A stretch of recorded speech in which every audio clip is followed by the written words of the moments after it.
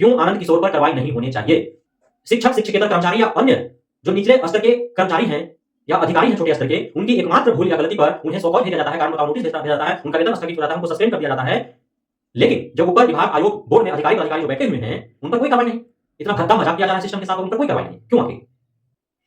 नमस्कार गुरुजनों, मैं राकेश वर्मा आप सभी का स्वागत करता हूं आपके अपने परिवार एशन गुरुकुल पर। गुरुजनों, आज बेहद ही दुर्भाग्य है हमारे राज्य का और बहुत दुख के साथ यह कहना पड़ रहा है कि आप सभी लगभग 3.5 से पौने 4 लाख नियोजित शिक्षक शिक्षिकाओं के योग्यता, बुद्धिमत्ता, कुशलता, कर्तव्यनिष्ठता का जो जांच है वह ऐसे लोगों के द्वारा लिया जा रहा है जो खुद न तो सक्षम है, न योग्य है, न कुशल है, न कर्तव्यनिष्ठ है। यह दुर्भाग्य है कि शिक्षकों के क्षमता की जांच अक्षम लोगों के द्वारा लिया जा रहा है। आपको जान करके हैरानी होगी कि क्यों आखिर हम ऐसा कर रहे हैं और क्यों यह बेहद ही दुर्भाग्य है हमारे राज्य के साथ। हमारे शिक्षक शिक्षिकाओं का इतना बड़ा घोर अपमान क्यों किया जा रहा है आखिर, और क्यों सिर्फ शिक्षकों की ही योग्यता और क्षमता की जांच होनी चाहिए? क्यों नहीं शिक्षा जगत, शिक्षा विभाग से जुड़े हुए जितने भी विभाग हैं, चाहे वो शिक्षा विभाग हो, बिहार बोर्ड हो, चाहे वह बीपीएससी आयोग हो, इन आयोग विभाग के जितने भी शाखीय कार्यालय हैं, उनमें जितने भी पदस्थापित अधिकारी पदाधिकारी कर्मचारी हैं, उन सभी का योग्यता और क्षमता की जांच होनी चाहिए। तभी जाकर के 100% हमारे राज्य की शैक्षणिक व्यवस्था में सुधार हो पाएगी, शैक्षणिक संस्थानों में सुधार हो पाएंगे और एक गुणवत्तापूर्ण शिक्षा प्रदान करने की हम कामना और कल्पना कर पाएंगे। एक माहौल सकारात्मक उत्पन्न होगा जिसमें बिहार के छात्र छात्राएं शिक्षा प्राप्त कर पाएंगे। गुरुजनों, आप सभी ने जो सक्षमता परीक्षा दिया उसका आंसर शीट आपके समक्ष है।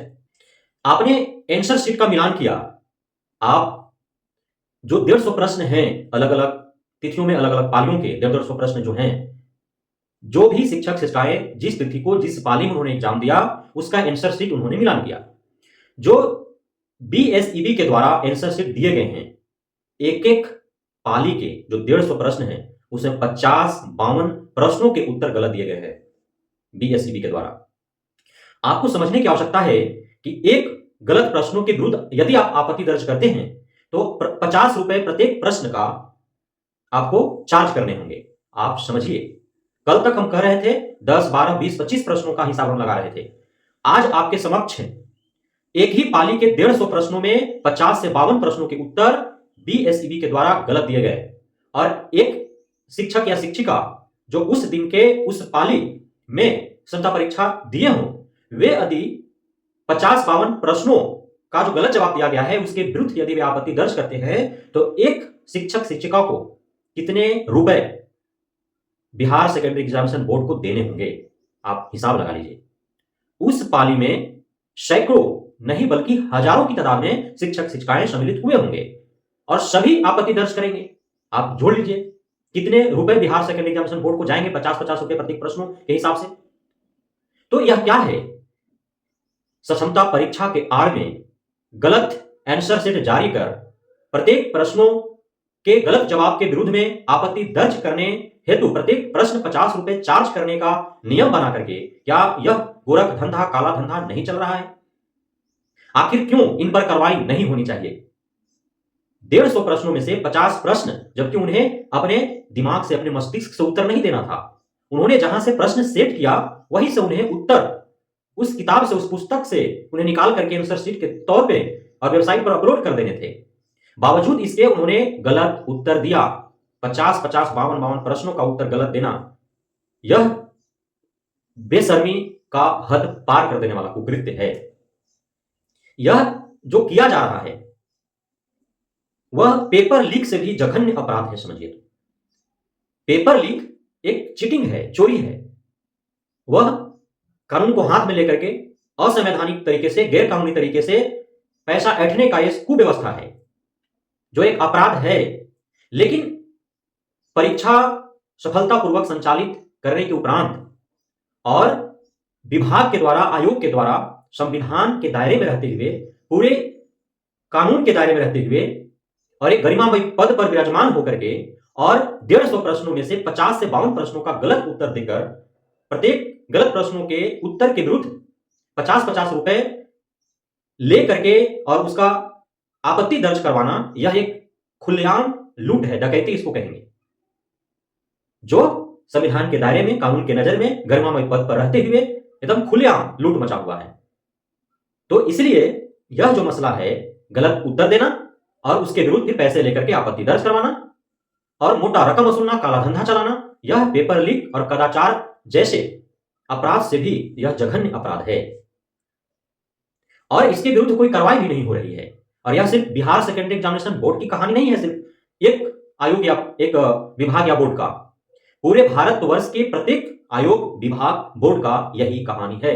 चाहे वो 10वीं का परीक्षा हो, 12वीं का परीक्षा हो, टेट हो, सीटेट हो, बीटेट हो, स्टेट हो, कोई भर्ती परीक्षा हो, यूपीएससी हो, बीपीएससी हो या अन्य कोई राज्य के पीसीएस हो, यूपी पीसीएस हो, जेपीएससी हो या कहीं भी कोई भी राज्य के हो, बिहार एसएससी हो या कोई भी एसएससी हो, किसी भी राज्य का राज्य स्तरीय एसएससी हो या केंद्र का एसएससी हो, कांस्टेबल का भर्ती परीक्षा हो, दरोगा का हो, एसआई का हो, किसी भी स्तर का जो परीक्षा हो रहे हैं, उसके जो भी आयोग, विभाग या बोर्ड के द्वारा परीक्षा आयोजित किए जाते हैं, परीक्षा संपन्न होने के कुछ ही दिन उपरांत वे आंसर शीट जारी करते हैं और आंसर शीट जो जारी करते हैं उसमें जानबूझ करके दर्जनों प्रश्नों के उत्तर गलत दिए जाते हैं और उसके विरुद्ध पैसा लेकर के आपत्ति दर्ज करवाया जाता है। कोई कोई आयोग, विभाग, बोर्ड तो इस हद तक गिर चुके होते हैं कि एक नहीं कई कई बार वो answer sheet 1, answer sheet 2, answer sheet 3 ऐसे करके एक हफ्ता 10 दिन के गैप में वो जारी करते हैं और प्रत्येक बार कुछ प्रश्नों का जो फर्स्ट टाइम में 50 का दिया गलत आंसर, दूसरे टाइम में 30 का देगा, तीसरे टाइम में 20 का देगा, 10 का देगा, ऐसे कर करके और वो पैसा ऐंठते रहते हैं। तो जब इतने अयोग्य, अक्षम और बुद्धिहीन, विवेकहीन, कर्तव्यहीन व्यक्ति जब विभाग, आयोग, बोर्ड में बैठे हुए हैं, तो किस प्रकार के शिक्षक, शिक्षकेतर कर्मचारी या अन्य भर्तियों में वे बहाल करेंगे लोगों को? कैसे आखिर इन पर भरोसा किया जाए, कैसे विश्वास किया जाए? इसलिए सबसे पहले इन पर कार्रवाई होनी चाहिए। आखिर क्यों नहीं कार्रवाई होनी चाहिए? क्यों आनंद किशोर पर कार्रवाई नहीं होनी चाहिए?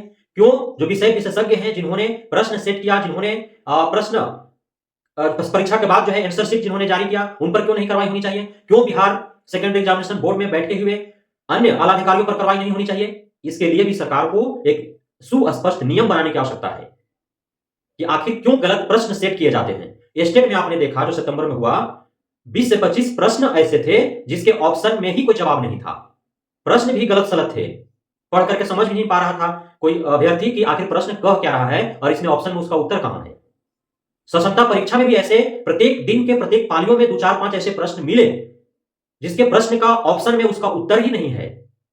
उसके बाद परीक्षा होते हैं, परीक्षा के उपरांत जब आंसर शीट जारी किया जाता है तो एक एक पालियों के 150 प्रश्नों में से 50 से 52 प्रश्नों के उत्तर गलत दिए जाते हैं। आखिर इन पर क्यों नहीं कार्रवाई होनी चाहिए? यह सबसे बड़ा प्रश्न है। शिक्षक, शिक्षकेतर कर्मचारी या अन्य जो निचले स्तर के कर्मचारी हैं या अधिकारी हैं छोटे स्तर के, उनकी एकमात्र भूल या गलती पर उन्हें शोकॉज भेजा जाता है, कारण बताओ नोटिस भेजा जाता है, उनका वेतन स्थगित हो जाता है, उनको सस्पेंड कर दिया जाता है। लेकिन जो ऊपर विभाग, आयोग, बोर्ड में अधिकारी पदाधिकारी जो बैठे हुए हैं उन पर कोई कार्रवाई नहीं। इतना भद्दा मजाक किया जा रहा है सिस्टम के साथ और उन पर कोई कार्रवाई नहीं। क्यों? आखिर क्यों आनंद किशोर पर कार्रवाई नहीं होनी चाहिए? एक नहीं, बार बार वो गलत कर रहे हैं। जब स्टेट हुआ था उस समय 80-85 प्रश्नों के उत्तर गलत दिए गए थे, जिसकी वजह से उन्हें अपना आंसर शीट वापस लेना पड़ा था। आज क्षमता परीक्षा हुआ, इसमें 50-52 प्रश्नों के उत्तर गलत दिए जा रहे हैं एक एक पालियों के, तो क्यों नहीं उन पर कार्रवाई होनी चाहिए? क्यों बोर्ड में बैठे हुए जो भी विषय विशेषज्ञ हैं, जो प्रश्न पत्र सेट करते हैं, जो आंसर शीट तैयार करते हैं, जिनके देखरेख में परीक्षाएं आयोजित होते हैं, उन पर क्यों नहीं कार्रवाई होनी चाहिए? कहां से इस प्रकार के प्रश्न ला रहे हैं? उन प्रश्नों के उत्तर क्यों ऐसे ला रहे हैं? एकदम सरल सरल सा प्रश्न। बिहार में कितना जिला है, इसका उत्तर बिहार बोर्ड ने 40 दिया है। बताइए, यह जब विश्व पटल पर जाएगा तो कितना खिल्ली उठेगा कि जिस देश के प्रधानमंत्री, गृह मंत्री और पूरा एक कौम लगा हुआ है भारत को जगत गुरु, विश्व गुरु बनाने के लिए, और जिस राज्य का इतिहास रहा है नालंदा विश्वविद्यालय, जहां देश विदेश के लोग आकर के पढ़ते थे, उस समय जगत गुरु, विश्व गुरु यही बिहार राज्य का देन था कि पूरा भारत कहलाता था। और इसी बिहार राज्य के शैक्षणिक व्यवस्था का हालात यह है कि उस राज्य का बोर्ड जो है वह यह बता पाने में अक्षम है कि उस बिहार में जिले की संख्या कितना है। जिला 38 है, बताता 40 है। कवि के स्त्रीलिंग बिहार बोर्ड को नहीं मालूम है। नमक किस पानी से बनता है यह नहीं मालूम है बिहार बोर्ड को। इस प्रकार के साधारण प्रश्नों के उत्तर गलत दिए गए हैं। इसे जानबूझ करके नहीं कहा जाएगा तो क्या कहा जाएगा? सोचिए, समझिए। प्रश्न बहुत कठिन हो, उसके उत्तर यदि उलझाने वाला हो तो कहा जा सकता है, लेकिन एकदम सरल प्रश्न हो और उसके उत्तर इस प्रकार से दिए जा रहे हैं तो क्या कहा जा सकता है? यह तो जानबूझकर ही काला धंधा जो है वो अपनाया जा रहा है बोर्ड के द्वारा। तो इस पे संज्ञान लेने की आवश्यकता है। शिक्षा मंत्री जो भी पूर्व आईपीएस सुनील कुमार जो बने हैं, आईपीएस रह चुके हैं, तो उनको संज्ञान लेने की आवश्यकता है कि आखिर शिक्षा मंत्रालय के अधीन आने वाले शिक्षा विभाग हो या बिहार बोर्ड हो, वह क्यों ऐसा कुकृत्य किया हुआ है, क्यों ऐसा जो है बाजार बनाए हुए है पैसा कमाने के लिए, गोरख धंधा और काला धंधा क्यों बनाए हुए है। और आप सभी को भी इसके विरुद्ध आवाज उठाने की आवश्यकता है, कार्रवाई करने की मांग करने की आवश्यकता है, तभी जाकर के सुधार होंगे, अन्यथा सब धरा का धरा रह जाएगा। इस स्वतंत्रता परीक्षा का महत्व क्या रह जाएंगे फिर? कुछ नहीं। ऐसे स्वतंत्रता परीक्षा हुआ, भले ही हो हंगामे हुए कि बीपीएससी से भी अधिक कठिन प्रश्न पूछे जा रहे हैं, यूपीएससी लेवल का प्रश्न पूछा जा रहा है। आज जब रिजल्ट आता है तो 90% शिक्षक शिक्षाएं जो है क्वालिफाई कर जाते हैं। तो ये जो मापदंड जो अपनाया जा रहा है, इससे कोई लाभ तो है नहीं, इसका कोई महत्व नहीं है।